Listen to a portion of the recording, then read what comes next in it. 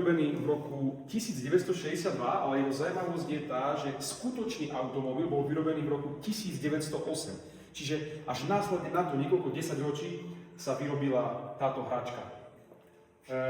Postupom času... Toto je staršie? 1900. Toto je staršie? Áno, 1900. Toto je najstaršie, čo máte tu? Toto je najstaršie. Toto? Postupom času sa veci kombinovali, čiže materiály bolo drevo, železo a až koncom 60. rokov prišiel plast a samozrejme ten cenný hráčik ponížil a preto niektoré firmy, ako napríklad tento Triang, skrachovali, lebo ceny boli nižšie. Ako vidíte, máme tu vlastne aj autíčka, ktoré sú zreštaurované a v podstate v takom lesku, v takej peknej kondícii, ale máme tu aj autíčka, ktoré sme zanechali presne ten zub času do dnešnej doby. Prepačte, firma Triang bola odkiaľ? Je to anglická firma Triang a bola známa tým, že jej plechy naozaj boli veľmi pevné a veľmi silné a konkrétne toto autíčko je kópia monopostu z roku 1960, že vlastne F1, hej. Silné plechy naozaj a hovorím, ich krach prišiel nástupom plastových hračiek, ktoré tie ceny ponížili.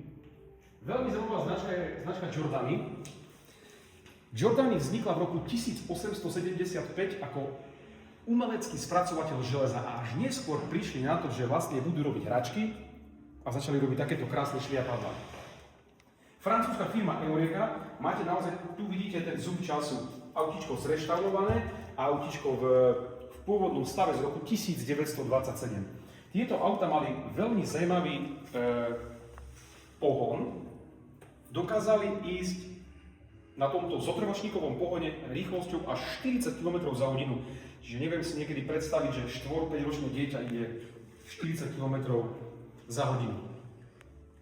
Zajímavý kúsok Bugatti z roku 1935. Sú špeciálne aukcie na takéto autíčka Bugatti a ich cena sa šplhá v desiatkách tisíc eur a vyššie.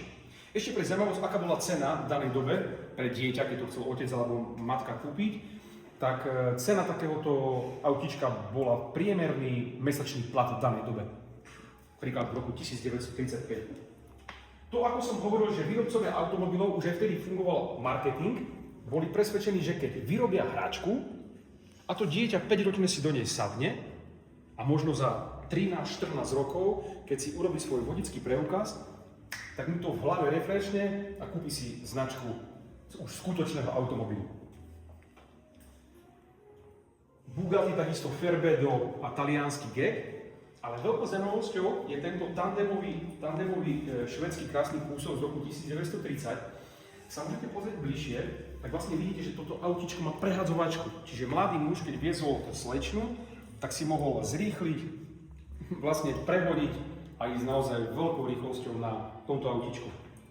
Tiež super vec, Rus, firma ZIS z roku 1936, môžete vidieť tie masívne časti, tá dominancia tej sily už vlastne v tej hračkárskej podobe. Kopírovanie fungovalo veľmi dobre už aj vtedy. K tomu sa dostaneme neskôr.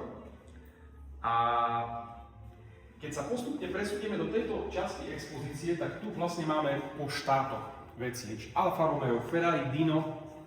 A tento mini Fiat 500 sme zachovali naschvál bez volantu a bez strechy. A to autíčko bolo známe tým, že sa veľmi často používalo ako exteriér a doplnok k exteriéru k záhradám. Samozrejme nesmie chýbať talianska Vespa alebo anglická Lambretta. Tento kúsok je obľúbeným kúskom nášho majiteľa, je to Izeta, tzv. bubble car, ako bublina, a kopíruje naozaj skutočné automobily, takto vyzerali, samozrejme len vo väčšom formáte. A zaujímavosťou je to, že týchto autíčiek je momentálne na svete, na celom svete je iba 10 kusov, čiže jeho hodnota je naozaj veľmi, veľmi vysoká. K čomu by ste možno priradili, nemyslím teraz farbu, ale túto značku, tento Citroën DS, kde je demonstrované hydropneumatické prúženie. Aká filmová postava? Je to Franz Fantomas. Výborne, mladý už dostáva jednotku. Perfektne. A toto autíčko, aká filmová postava? Výborne, tiež jednotka, no úžasne, ste super. Keďže nie všetko na všetko nadväzuje, toto je iba hračka, nie je to žiadne auto. Toto je naše najmladšie autíčko z celej zbierky, má iba 21 rokov a tento Morgan si nechal vyrobiť majiteľ obchodného domu Harrods v Londýne a nechal si ho vyrobiť v počte 500 kusov v limitovanej edícii a jeden máme tu.